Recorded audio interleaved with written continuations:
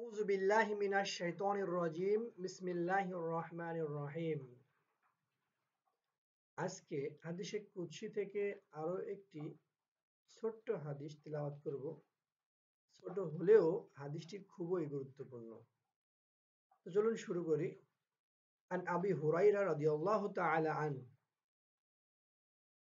أن النبي صلى الله عليه وسلم قال الله عز وجل سبقت رحمتي غضبي সহিহ মুসলিম।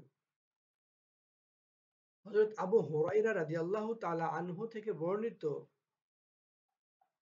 রাসূলুল্লাহ সাল্লাল্লাহু আলাইহি ওয়াসাল্লাম বলেছেন, আল্লাহ তাআলা বলেন, আমার রহমত আমার গর্শাকে অতিক্রম করেছে।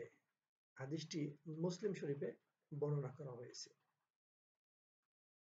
তাহলে এই হাদিস থেকে আমরা বুঝতে পারলাম কি, যে আল্লাহর যে ক্রোধ, আল্লাহর যে রাগ,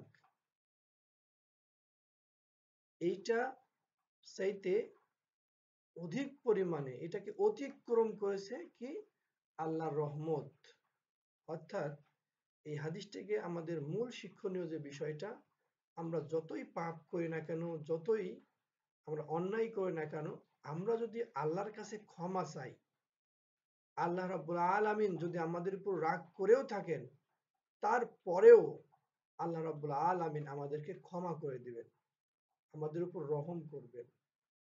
তো এই হাদিসের মূল প্রতিপাদ্য বিষয়টা হলো সেটাই, যে আল্লাহ রাব্বুল আলামিনের যে পরিমাণ রাগ, এই রাগকে কভার করেছে তার রহমত।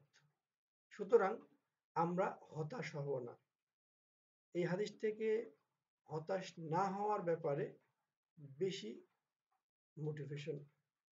মোটিভেটেড করে। সো আমরা হতাশ না হয়ে, আমরা যদি শয়তানের কুমন্ত্রণায় পড়ে কোনো অন্যায়, ভুল, কোনো পাপ কাজ করেও থাকি, তাও আমরা যেন আল্লাহ রাব্বুল আলামিনের রহমত থেকে নিরাশ না হই। আমরা আল্লাহ রাব্বুল আলামিনের কাছে ক্ষমা চাবো, পানাহ চাবো, যেন আল্লাহ রাব্বুল আলামিন আমাদের সেই গুনাহগুলো মাফ করে দেয়। আল্লাহ রাব্বুল আলামিন আমাদের সকলকে তার রহমতের মধ্যে থেকে আমাদের জীবনকে পরিচালনা করার তৌফিক দান করুক রাসূলের তরিকা মাফিক। ওয়া মা তৌফিক ইল্লা বিল্লাহ। আসসালামু আলাইকুম ওয়া রাহমাতুল্লাহ।